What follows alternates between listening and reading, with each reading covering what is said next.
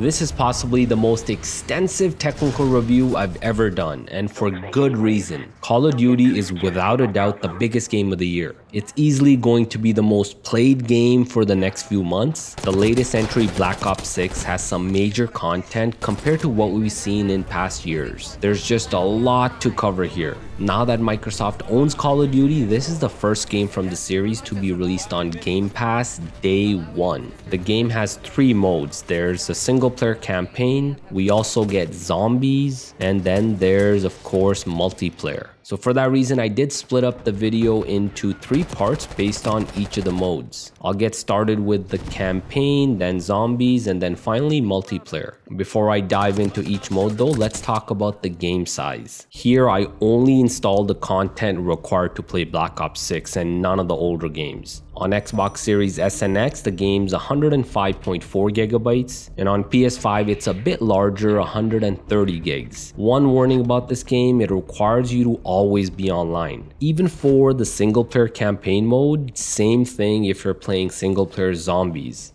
That's a bit frustrating if you enjoy playing alone without an internet connection. Let's now dive into the campaign. Last year's Modern Warfare 3 got a lot of complaints. That campaign was the laziest effort we've ever seen.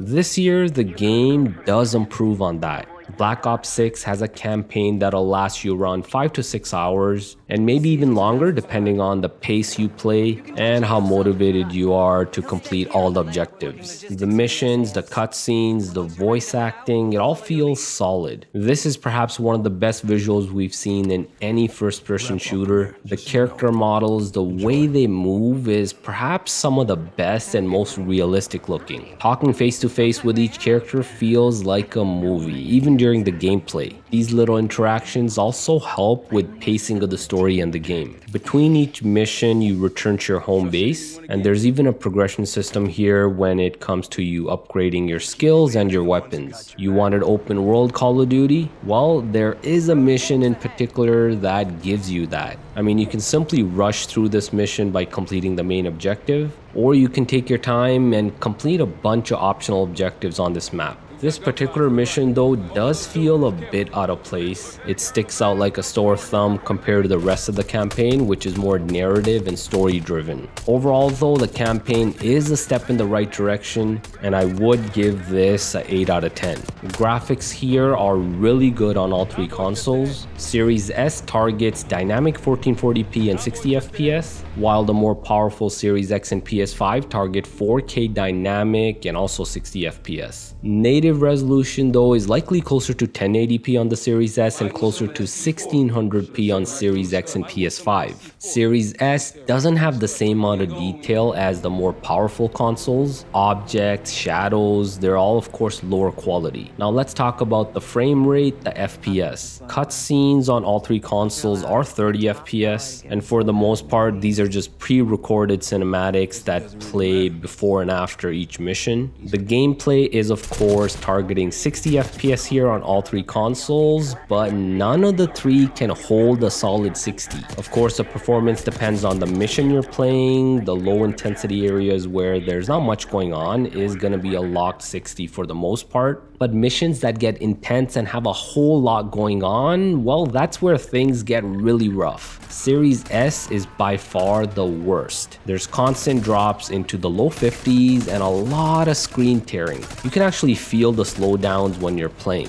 Series X also drops, but it's not as bad. The screen tearing is also not a big issue here. You might see some minor tearing, but overall it's good. You can expect the Series X drops to be around 1 or 2 frames, but there are times where you're going to get these big lag spikes. PlayStation 5 is perhaps the best performing here. It still has drops here and there, but it's clearly the winner and can hold the most consistent frame rate. Campaign now, for the first time perhaps, has 120Hz mode as well.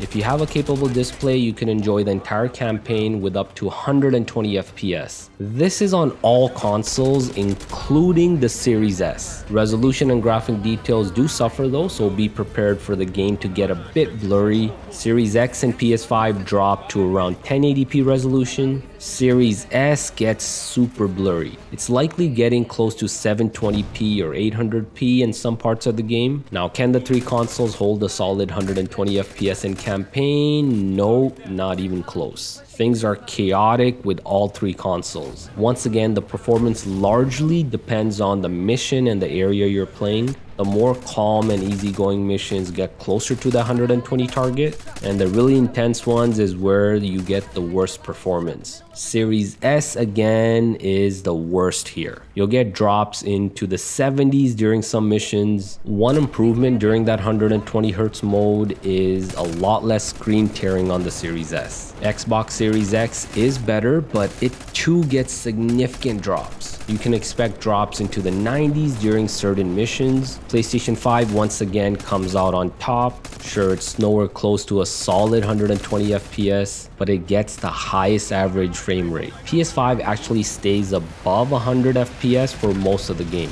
Regardless of the console you're playing on though, be sure to turn VRR on when playing in this 120Hz mode. It should level out those huge fluctuations.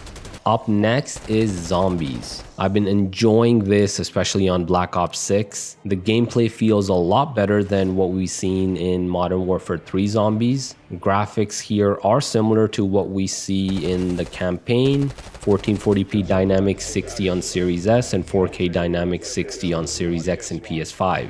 If you look closely on Series S though, you'll notice some major details missing. The oil tanker in the map here, for example, doesn't have that huge blaze and smoke coming from it. I guess they had to do this to make sure the game runs well on Series S. And Zombies mode does run well on Series S, better than the campaign. I got 60 FPS locked for the most part. There are maybe minor drops of a frame here and there and occasional screen tearing, but it's pretty much clocking at 60 FPS. Series X and PS5 are similar. Both also get a solid locked 60 FPS most of the time. In Zombies, you have the choice between playing in that first-person mode or a third-person mode. Zombies also has that 120Hz graphics mode. Switching to that lowers the resolution the same way it did on the campaign. Xbox Series S once again gets really blurry. Now remember that large blaze and smoke that was missing on the Series S? Well, when you switch to 120Hz mode, that detail also disappears on PS5 and Series X. You can see side by side here 60 and 120Hz mode, and that smoke and large blaze is nowhere to be found on that tanker. While exploring the map, you're going to notice other details missing as well if you're on the Series S or if you play in the 120Hz mode. Here's FPS test on the Series S, and there's a lot more drops compared to the 60Hz mode. It's of course not as bad as the campaign, but you still get drops close to 100. Series X is a lot better. It still gets drops of a frame here and there, but for the most part it stays close to 120 FPS. PS5 also stays close to 120 with only minor drops of a frame here and there. Overall, PS5 might be just marginally better here than the Series X, but both are really close.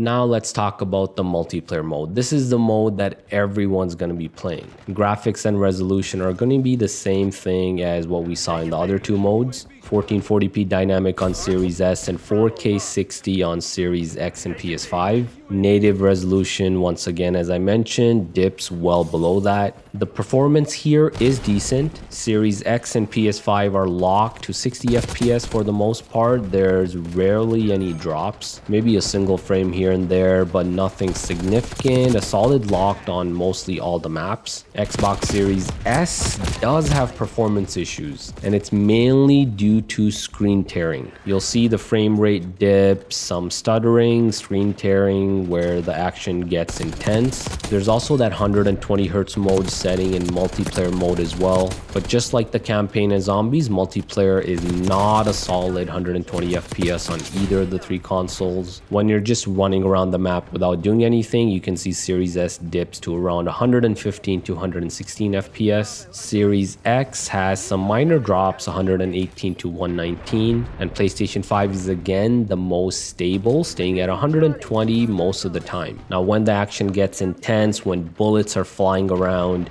that's when things get chaotic. Once again, the performance you get here depends on the map you're playing and the amount of explosions on screen. Overall, Series S is again the worst performer. In this example here, you can see dips between 100 and 110 FPS on the Series S. Series X comes in second place with drops as low as 115 to 116 FPS. And PlayStation 5 is the winner again since it holds the most stable FPS in that 120Hz mode. On the PS5 though, I did notice in this example a slight amount of screen tearing, and that's everything you need to know about Call of Duty Black Ops 6 on Xbox Series S versus X versus PlayStation 5. So is Call of Duty taking a backseat on PlayStation? From the analysis I did, the answer is a big no. Sure, Call of Duty is now on Game Pass, but Activision understands how these games are best sellers on PlayStation year after year. So the attention to optimization is just as good, if not better. In fact, you can argue that the PS5 is the best place to play Black Ops 6, and with PS5 Pro coming out, it's only gonna get better. As I said, this is perhaps the most extensive analysis I did on a game, so I'm gonna be uploading a fairly long, no commentary video of all my raw analysis and side-by-side comparisons. You can check the link in the description if you want to see that deeper dive, and of course listen to sounds from the actual game instead of background music.